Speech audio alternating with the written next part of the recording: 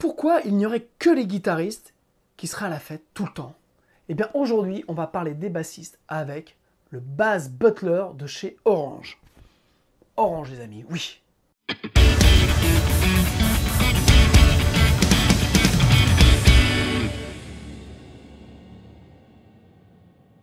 Salut à toutes et tous, c'est Jeff. Aujourd'hui dans Bibi Blabla, nous allons parler des bassistes, ces gens que l'on dénigre, à qui on fait les pires blagues au monde. Eh bien, oui, je vais prendre leur défense aujourd'hui. Amis bassistes, je suis des vôtres, je vous appartiens, je suis corps... Non, bon. Aujourd'hui, donc, on va parler de basse et on va parler de gros sons de basse. Attention, les amis, habituellement, ce type de son est réservé aux professionnels. On vous a recommandé à maintes reprises de ne surtout pas le faire à la maison parce que c'est dangereux. Eh bien, aujourd'hui, grâce à Orange, vous avez le Bass Butler. Et donc, je vais vous présenter cette petite boîte qui, à mon grand regret, n'est pas Orange. Donc, le Bass Butler est une pédale de préamplification, une pédale magique, je dirais, qui permet donc aux bassistes d'avoir deux sons.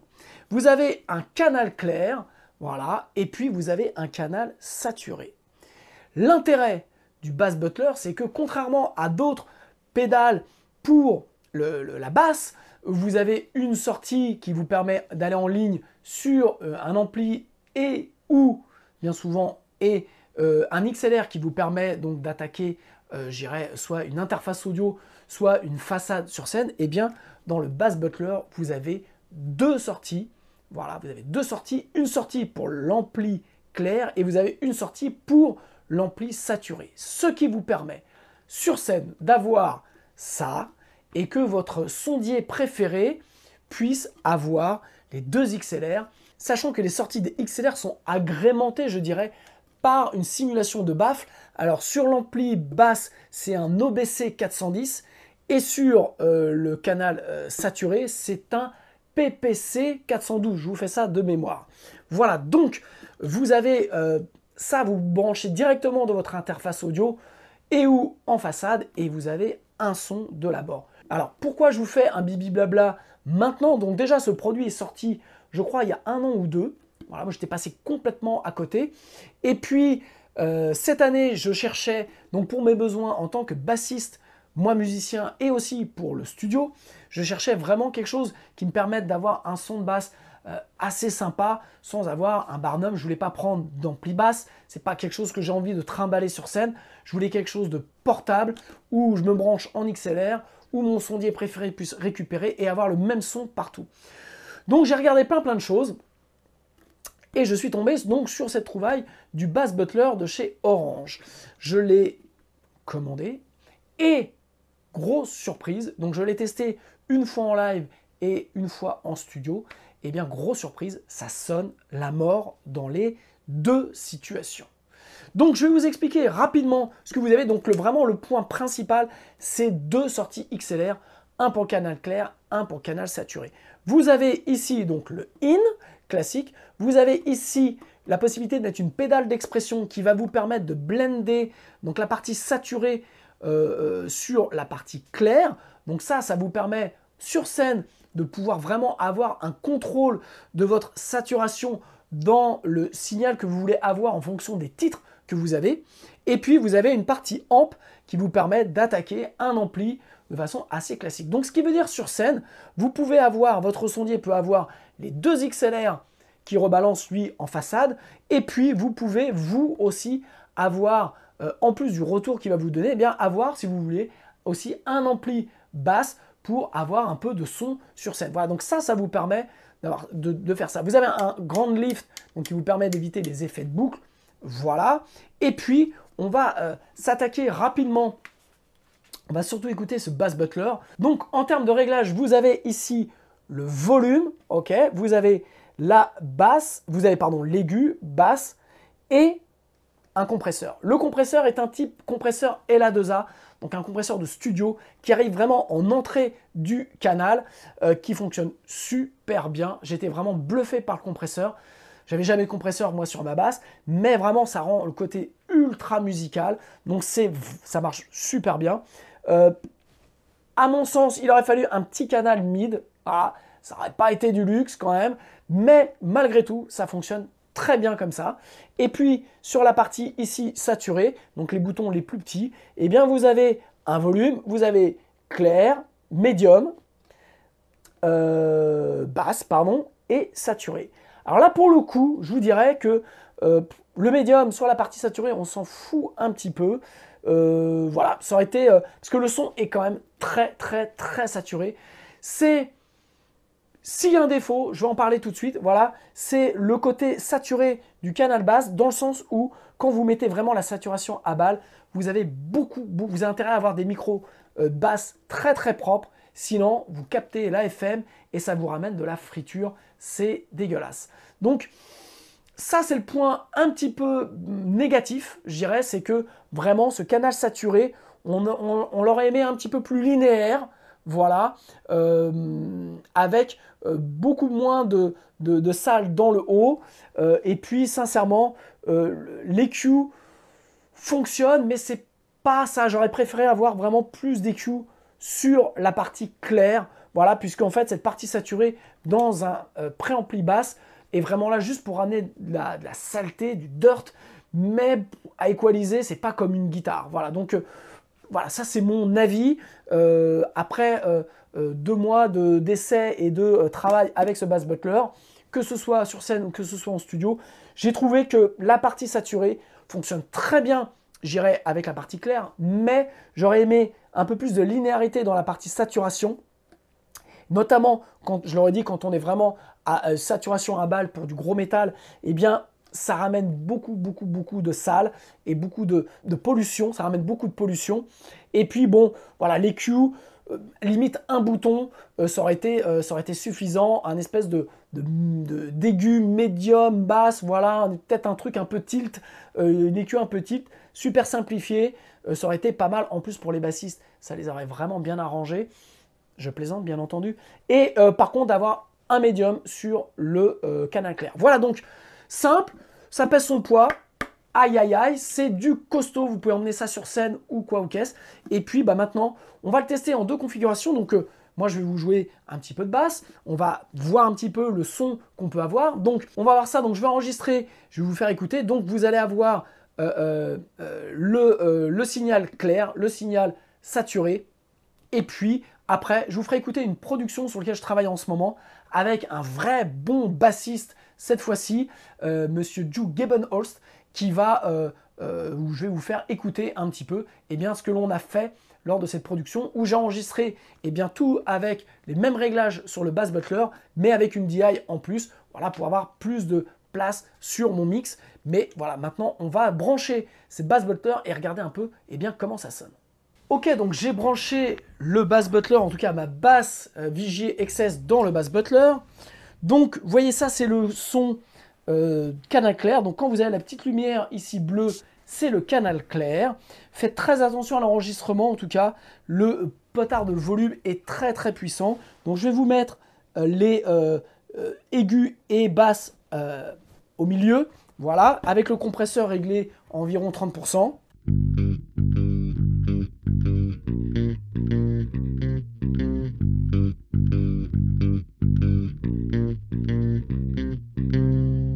Voilà, on va mettre plus d'aigus, ok?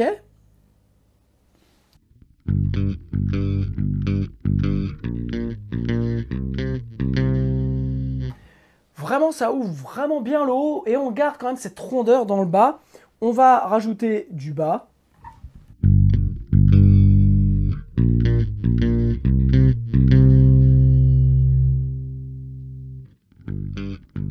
Vous voyez, le bouton de bas vraiment amène énormément de bas, hein, mais vous pouvez vraiment bien le contrôler, je trouve. Après, tout dépend de votre basse. Moi, je sais que j'ai les micros de Benedetti, ça envoie bien du bas, donc pas besoin de le mettre plus fort. Et ensuite, vous avez le compresseur. Alors attention, parce que plus vous compressez, plus vous avez... vous montez le signal. Donc là, vous voyez, je vous mets le compresseur à 0. J'ai une chute de volume. Et puis, si je le mets à 30-40%,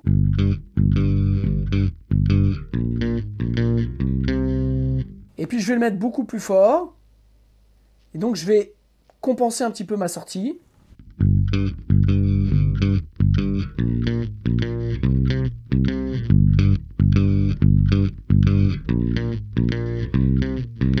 Vous voyez, ça claque plus, c'est le rôle d'un compresseur. Donc moi j'aime bien le régler comme ça. On va peut-être le mettre un petit peu plus fort, on va le mettre à la moitié.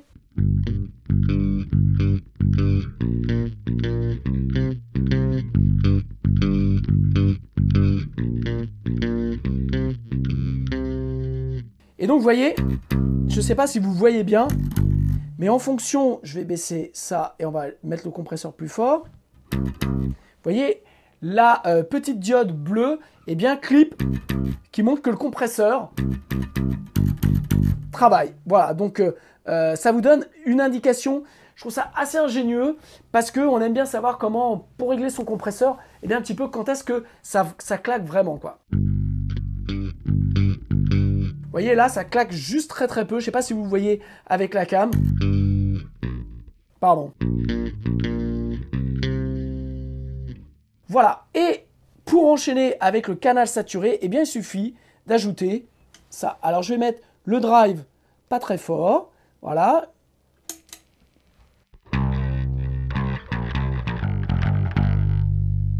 Donc, vous voyez, j'ai des aigus.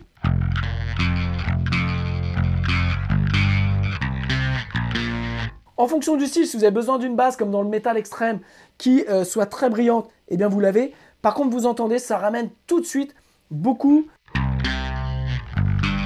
de friture, alors que quand même mes micros sont des micros actifs, donc plutôt bien. Mais vous voyez, si je me rapproche de l'écran à côté, eh bien ça fait un petit peu de bazar, mais j'ai pas assez de place, je peux pas faire autrement.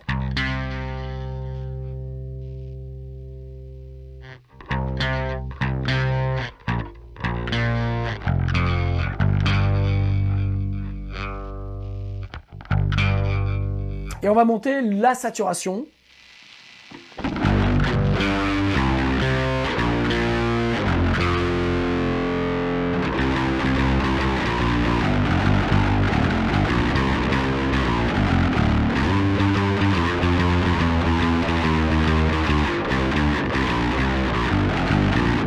Alors vous voyez, il y a beaucoup de saturation en fonction de votre instrument.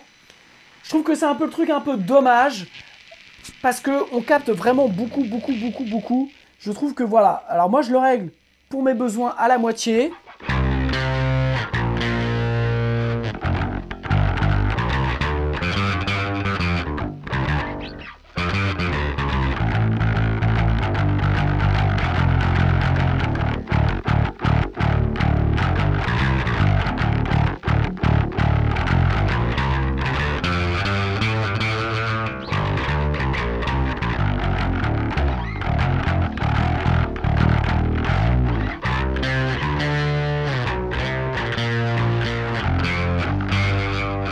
Et là, je n'ai que, je dirais, que les deux amplis. Je n'ai pas de DI rajouté. Je vous ai vraiment fait pour vous montrer un petit peu le son qu'on pouvait avoir.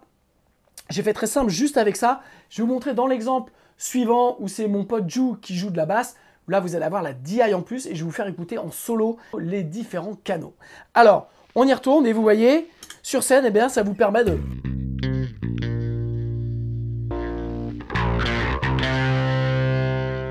Et donc, vous pouvez régler à loisir le volume.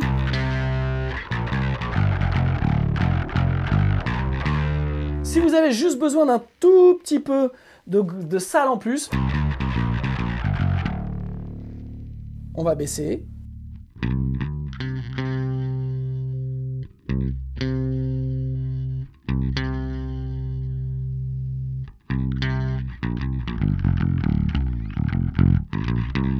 Voilà, en gros, en fonction du style que vous avez, ces deux canaux qui sont indépendants vous permettent vraiment de rajouter soit juste un tout petit peu de salle pour avoir un peu plus d'harmonique dans votre son de basse, soit de mettre vraiment le pâté pour avoir un son très métal et très extrême, vous pouvez faire tout ça avec ce Bass Butler qui est vraiment, je le redis, c'est le seul, en tout cas à ma connaissance, qui a 2 sorties indépendantes XLR. Donc vous voyez, pas besoin pour le home studio ou pour la scène, puisqu'en plus vous avez, comme je vous ai dit, 2 baffles, j'irai intégrer dans les sorties XLR, donc ça vous permet vraiment d'avoir un son de basse tout de suite, à l'enregistrement, sans rien faire.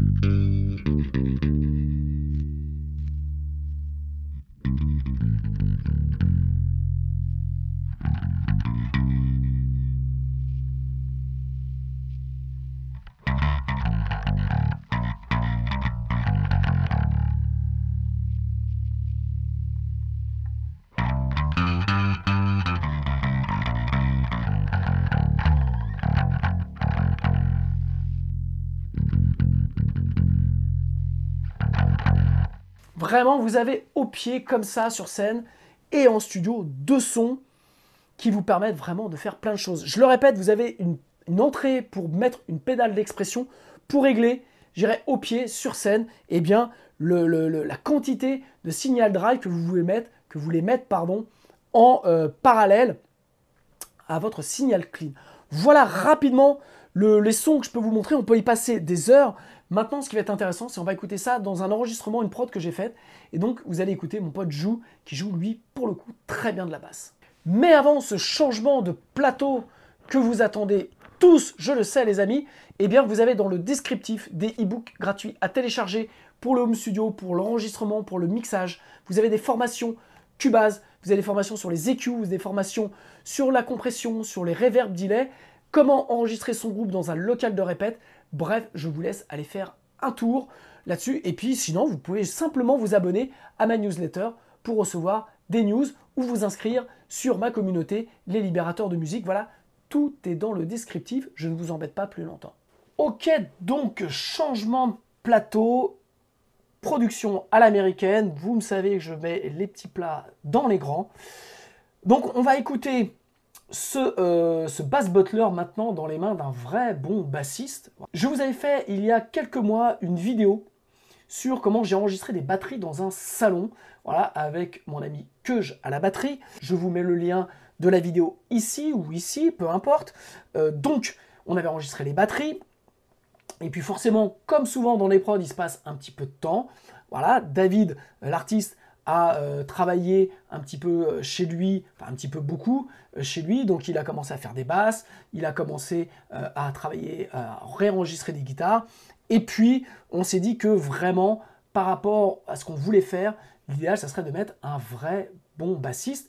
David est un guitariste qui joue de la basse, ce qui est mon cas, et ce qui, dans certains cas, eh bien, limite quand même la donne. Donc, on a fait appel, j'ai fait appel, enfin en tout cas, j'ai soumis mon ami Jou Gebenholz, qui est bassiste pro, et avec qui j'ai fait déjà 2 titres, pour moi en tout cas, qui sont Corporate et Vortex. Voilà, donc 2 titres sur lesquels il a participé. J'aime beaucoup le jeu de Jou, j'aime beaucoup les idées. Musicalement, on s'entend très bien. Donc, je trouvais que c'était, avec en plus la batterie de queue, c'était le bassiste idéal. Donc, voilà ce que donne un petit peu eh bien, ce basse batterie. Je vais vous mettre donc la batterie et les basses en solo. Donc vous voyez ce que j'ai fait. Là, j'ai bien 3 basses, comme j'ai fait précédemment. J'ai donc la basse DI que j'ai enregistrée avec ma Rupert Neve. Voilà. Ensuite, j'ai la basse clean issue du Bass Butler ampli clean. Et j'ai la basse saturée issue du Bass Butler canal saturé. Donc voilà. Donc ça me donne 3 canaux. Et donc, je vais vous faire écouter ce que donne ce basse batterie. Je tiens à préciser qu'il n'y a aucun plugin. Donc, je vais vous mettre hop, la fenêtre de la mix console.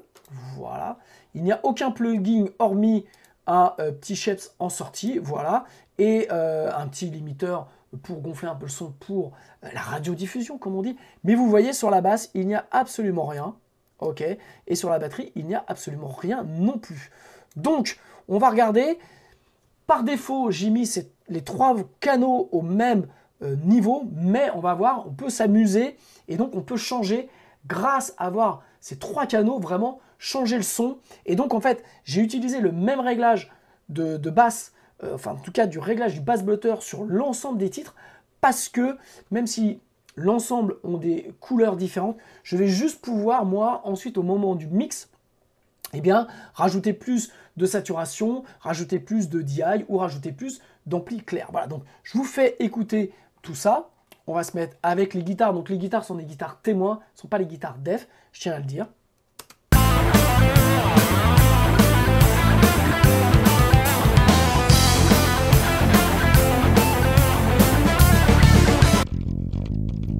La DI. Ok.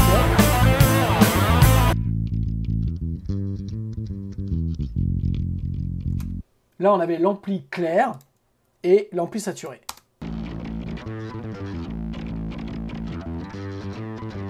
Ok, donc les 3 en solo, ça nous donne ça. Et si je veux, vous voyez, je peux baisser et rajouter plus ou moins de saturation.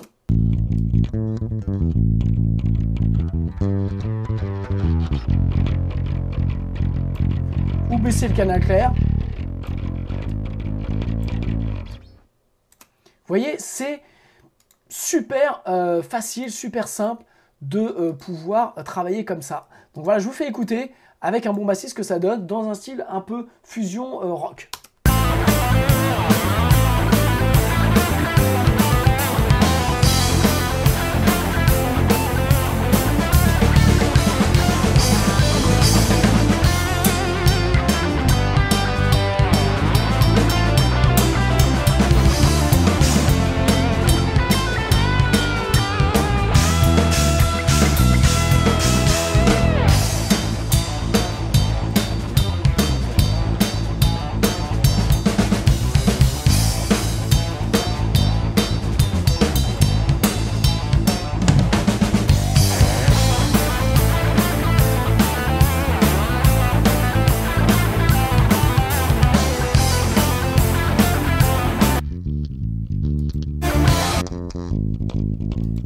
Vous voyez quand même la différence, la DI, il a une Music Man 5 cordes, la DI sonne quand même assez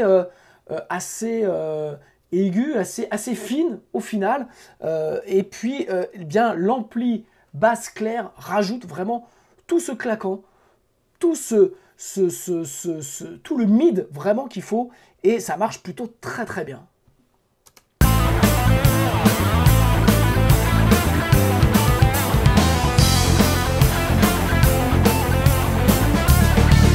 Voilà, dans ce style-là, je vais vous faire écouter maintenant un autre titre issu de cette session-là pour que vous voyez un petit peu, avec les mêmes réglages, comment, en fait, le bass butler s'adapte très très bien à l'ensemble. Changement de plateau, méthode américaine, je n'en reviens toujours pas. Donc, changement de plateau, nouveau titre, vous allez voir dans un esprit un petit peu différent. Je vous mets des petits bouts, parce qu'en fait, il y a un petit peu 3 ambiances dans ce titre-là. J'aime beaucoup ce titre. Je pense que ça va être vraiment un super titre. Là, je vous fais écouter, donc toujours pareil. Basse batterie définitif et les guitares, des guitares témoins pour l'instant.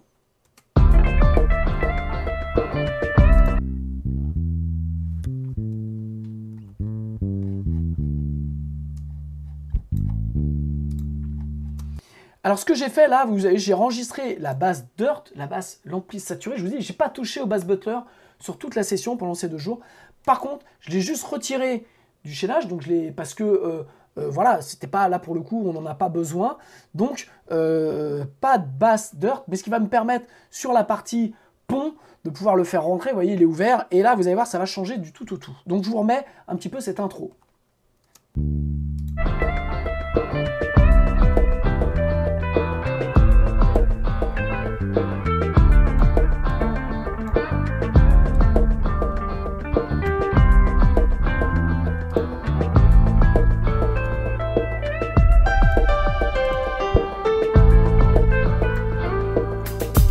Ok, intro, et puis après ça démarre.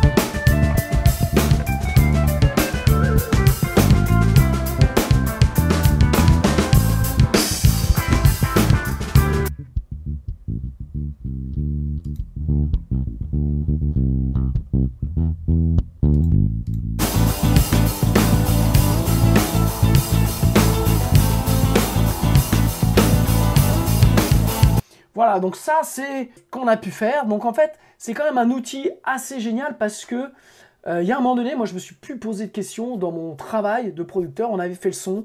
Je savais que je pouvais après, j'avais 3 signaux que ensuite je pouvais encore dupliquer pour refaire au mix. J'ai fait un bibi blabla sur comment avoir un gros son de basse. Donc je vous mets le lien ici. J'utilise toujours quasiment la même technique quand je mixe la basse. Donc en fait, avec déjà un DI, on arrive à faire beaucoup. Donc là, avec en plus un ampli clean et en plus avec un ampli saturé, eh bien ça donne encore plus de possibilités. Donc je vais pouvoir vraiment m'amuser. Là, je vous montre un petit peu le passage entre les deux et où à un moment donné, eh bien la basse saturée va rentrer et où l'énergie est complètement différente.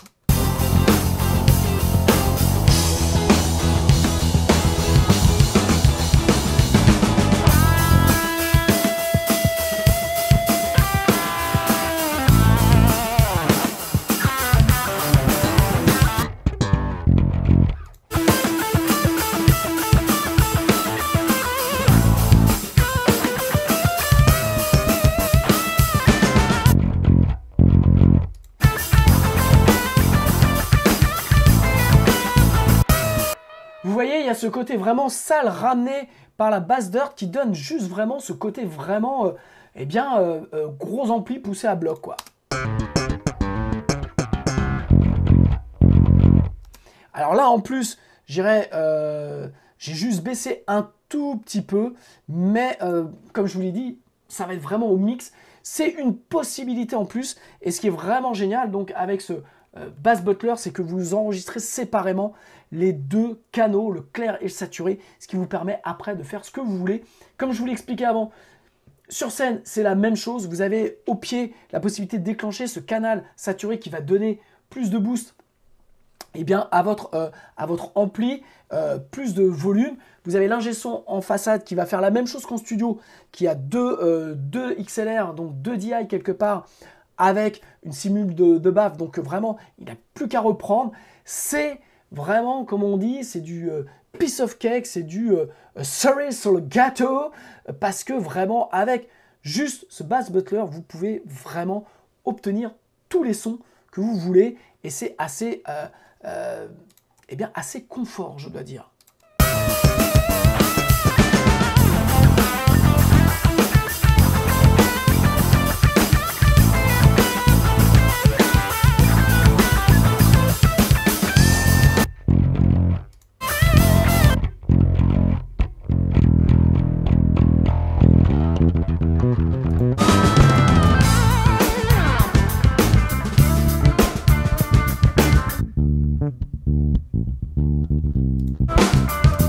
Même basse, vraiment la même basse, même matériel, et puis on arrive comme ça, juste très simplement, en coupant ou en baissant ces faders, à avoir quelque chose de différent. Voilà ce que je voulais vous montrer sur ce Bass Butler. J'espère que cette présentation vous a plu. Si elle vous a plu, merci de me mettre un pouce, merci de vous abonner à ma chaîne YouTube. Vous avez dans le descriptif des e-books gratuits à télécharger sur les conseils pour le mixage, comment préparer sa session de studio, et puis un troisième dont là à l'instant j'ai oublié le sens du e-book. Et puis vous avez des formations sur Cubase, sur les EQ, sur la compression, sur les reverb delay, sur enregistrer son groupe dans un local de répète avec seulement 4 micros. Bref, vous avez tout ce qu'il faut dans le descriptif pour aller vous amuser. Je vous embrasse et puis je vous dis à très bientôt. Ciao.